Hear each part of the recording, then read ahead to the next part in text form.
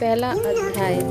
भगवान विष्णु के सो जाने पर मधु और केटव को मारने के लिए कमल से पैदा होने वाली ब्रह्मा जी ने जिनको स्तुति की थी, वह महाकाली देवी का मैं सेवन करता हूँ। मैं अपनी 10 भुजाओं व खंड चक्र, गदा, बाण, धनुष, शूल और मस्तक पर शंख धारण किए हुए उनके 3 नेत्र हैं। वह अपने तमाम अंगों में आभूषण धारण किए हुए हैं। इनके शरीर की चमक नीलकंठ मणि के समान है और वह 10 मुख और 10 पैरों वाली है।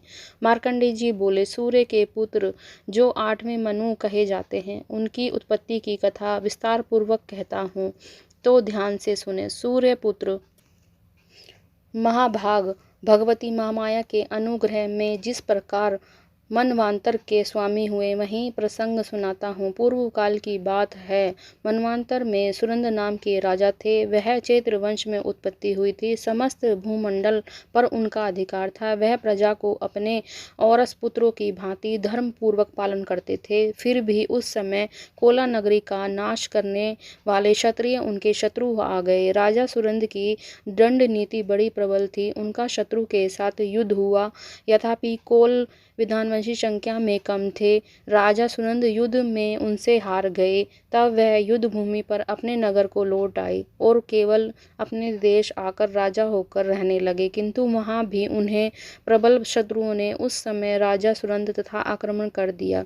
राजा का बल को चला गया, इसलिए दुष्ट, बलवान एवं भेदी मंत्रियों ने वहां उनकी राजधानी भी, राजकीय सेना और खजाने को हथिया लिया। सुरंद और प्रबल नष्ट को हो चुका था, इसलिए वह शिकार खेलने के बहाने घोड़े पर सवार होकर वहां से अकेले ही घने जंगल में चले गए। वहां उन्होंने ब्रह्मा श्रेष्ठ मेघा मुनि नाम का आश्रम देखा। उस आश्रम में अनेकों हिंसक जीव परम सद्भाव में रहते थे। मुनि के बहुत ही शिष्य उस वन की शोभा बढ़ा रहे थे। वहां जाने पर मुनि ने उनका आदर सत्कार किया। वह उन मुनि श्रेष्ठ के आश्रम में इधर उधर विचारते हुए कुछ काल तक वहां रहे। फिर ममता के वश आकर उस आश्रम में इस प्रकार चिंता करने लगे, पूर्व काल में पूर्वजों ने जिस नगर का पालन किया, वही नगर आज मुझे रहित है।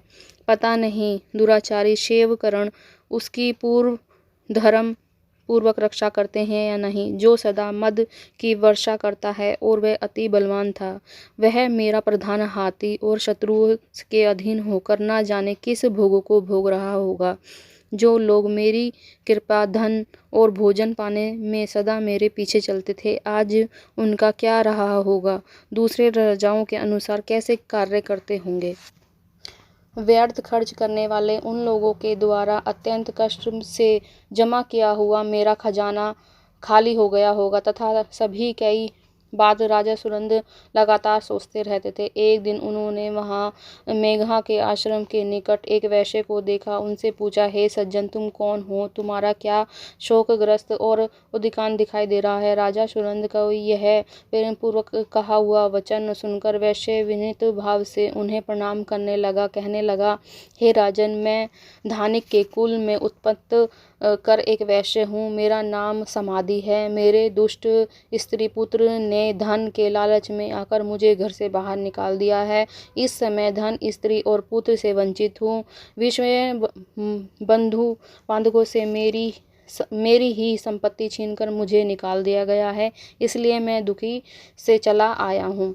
यहाँ रहकर मैं इस बात को नहीं जान सका कि मेरे पुत्रों की और स्त्री की आत्मा इतनी कुशल है या नहीं। इस समय घर में कुशल है कि नहीं, अथवा मेरे पुत्र कैसे हैं? क्या मैं सदाचारी है अथवा दुराचारी हो गए हैं? राजा ने पूछा, जिन लोभी स्त्री पुत्र आदि ने धन के कारण तुम्हें घर से निकाल दिया है, उनके प्रति क्या सोचना और क्या विचार करना?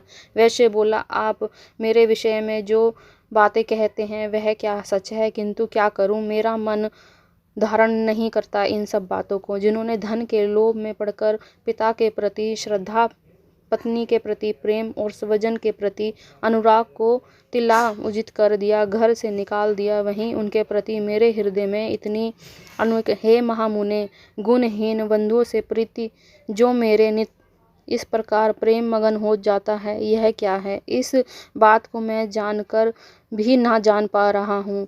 उनके लिए मैं लंबी सांसें ले रहा हूँ और मेरे मन अत्यंत दुखी हो रहा है। उन लोगों में मेरा प्रेम बचा है या नहीं, तो मैं उनके प्रति जो मेरा मन सोचता है वह क्या सही है, क्या करूँ मैं। मार्कंडे जी तो बोले, हे ब्रह्मा, तरंतर राजाओं ने श्रेष्ठ सुरंद और वह समाधि नामक